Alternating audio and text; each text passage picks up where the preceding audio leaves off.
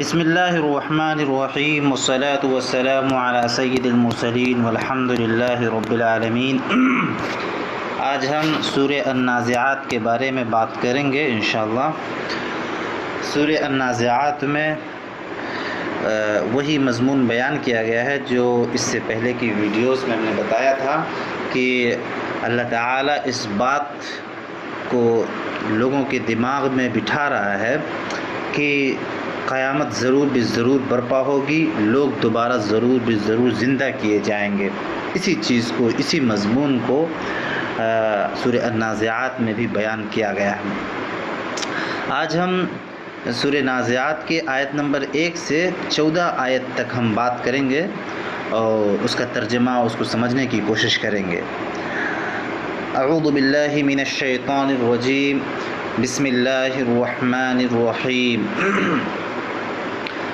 والنازعات غرقا، اس سورت کا جو ٹائٹل ہے وہ النازعات ہے، جس کا مطلب ہوتا ہے کھینچنا، کسی چیز کو کھینچنا، کسی چیز کے اندر سے نکال کر باہر لانا، اس کو النزع کہتے ہیں۔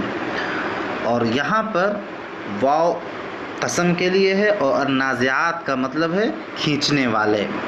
غرقہ جو ڈوب کر، کسی چیز میں ڈوب کر، اس کی گہرائی میں جا کر جو ہے کھینچ کر لانے والا، یعنی غرق کہتے ہیں ڈوبنا، یہ مطلب۔ لیکن النازعات کا جو یہاں مطلب ہے وہ ہے فرشتے، وہ فرشتے جو موت لاتے ہیں، ان فرشتوں کو یہاں مراد لیا گیا ہے۔ اب اس کا مطلب ہو گیا کہ اللہ تعالیٰ یہاں قسم کھا کر کہہ رہا ہے کہ قسم ہے ان فرشتوں کی جو ڈوب کر کھینچتے ہیں، قسم ہے ان فرشتوں کی جو ڈوب کر، جو گہرائی میں جا کر وہ کسی کی جان کو کھینچتے ہیں۔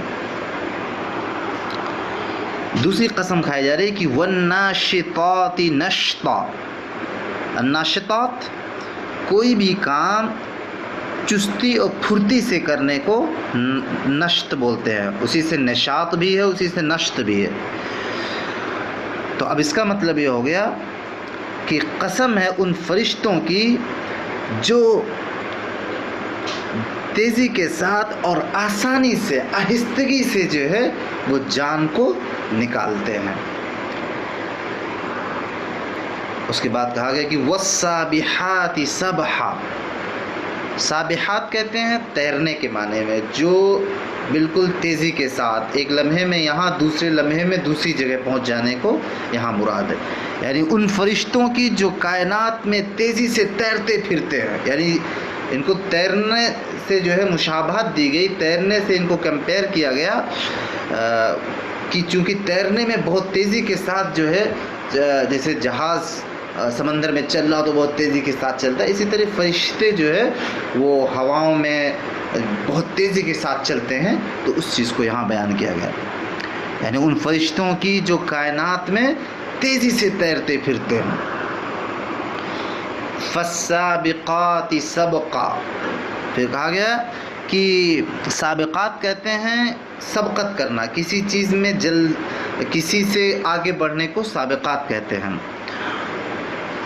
اب اس کا مطلب ہوگا کہ پھر آگے بڑھنے والے فرشتوں کی قسم، یعنی یہ وہ فرشتے ہیں جو اللہ تعالیٰ جس چیز کا حکم دیتا ہے اس حکم کو کرنے میں بالکل جلد بازی کرتے ہیں، بالکل آگے بڑھنے کی کوشش کرتے ہیں، ایک دوسرے پر سبقت کرنے کی کوشش کرتے ہیں۔ یعنی اللہ تعالیٰ نے جیسے حکم دیا، سارے فرشتے بالکل جو ہے اس کام کو کرنے کے لیے بالکل جو ہے تیار ہو جاتے ہیں اور دوڑ پڑتے ہیں۔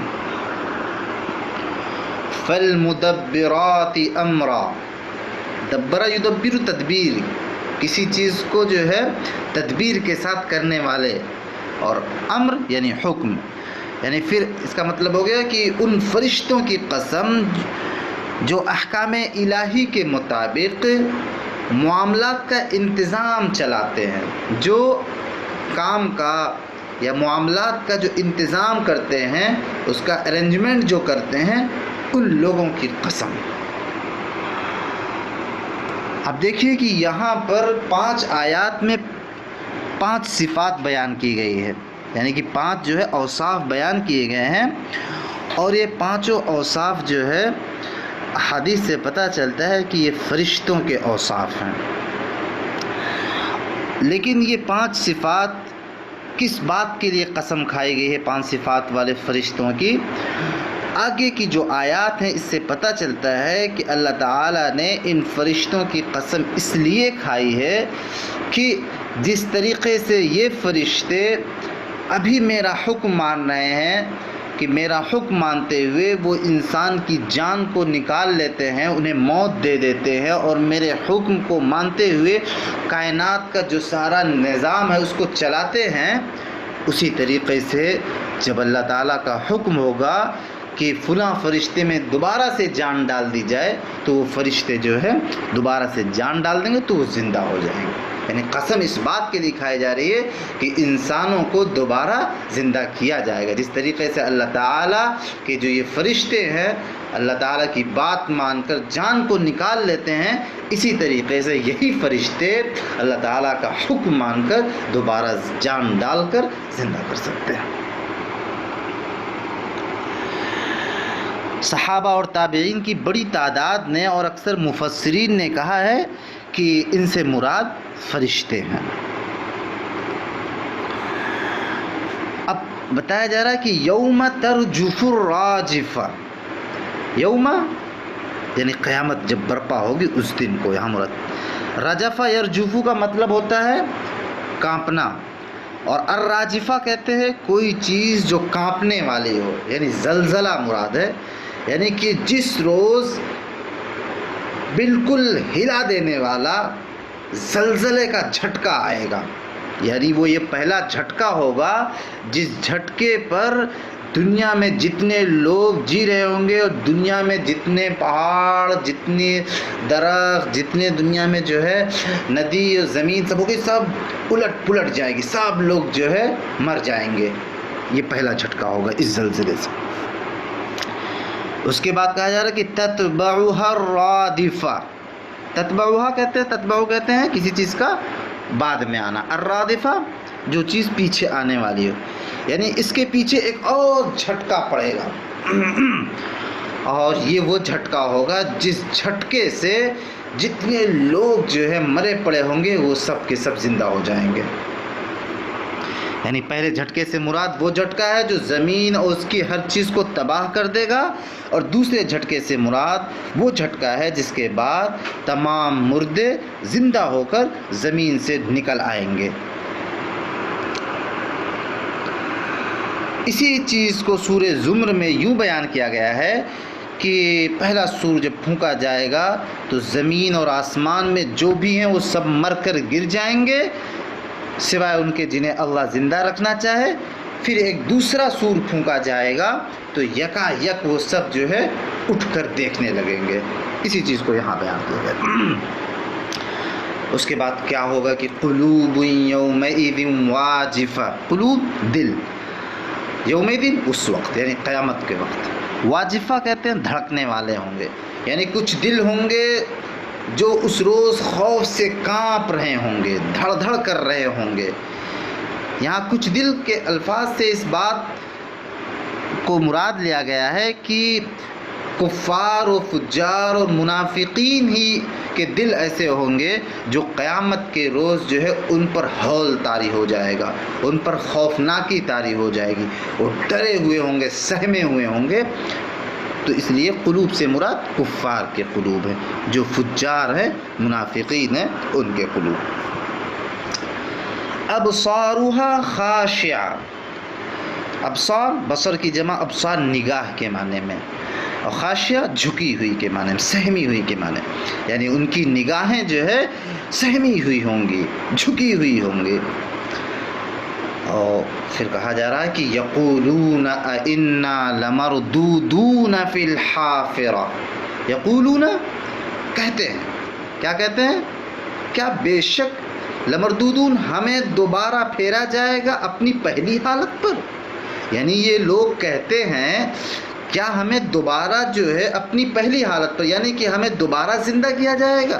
یعنی ایک بار مر جائیں گے تو کیا انہیں زندہ کر کے ان کی پہلی حالت پر ڈال دیا جائے گا جب وہ زندہ تھے، اس طریقے سے بنا دیا جائے گا؟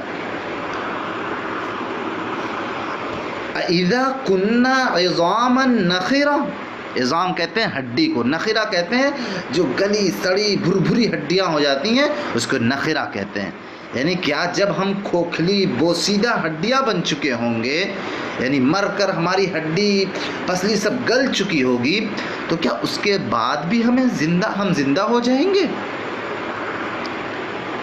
پھر کہا جائے قالوا تلک اذا کرۃ خاسرہ، کرہ کہتے ہیں کہ ایک طریقے سے کرہ کا مطلب ہو گیا کہ واپسی، ٹھیک ہے، اور خاسرہ کہتے ہیں گھاٹے والی واپسی۔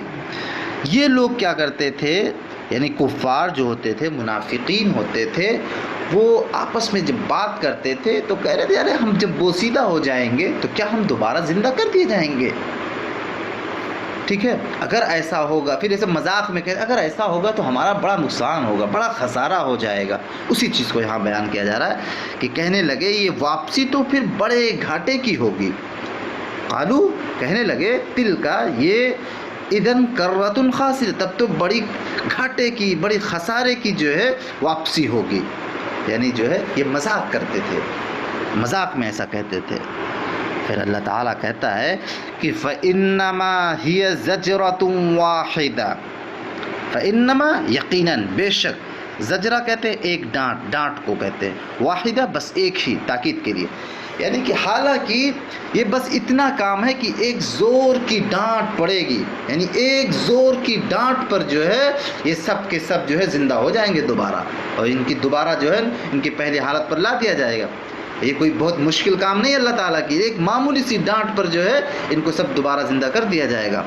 لیکن جو یہ مذاق اڑا رہے ہیں جس چیز کا، وہ سمجھتے ہیں کہ اس کے لیے بہت انتظام کرنا پڑے گا، ایسا کچھ نہیں ہے۔ اللہ تعالیٰ کے لیے یہ سب جو ہے یہ معمولی سی بات ہے۔ اللہ تعالیٰ ایک ڈانٹ مارے گا، سب کے اندر جو ہے دوبارہ سے روح آ جائے گی، سب زندہ ہو جائیں گے۔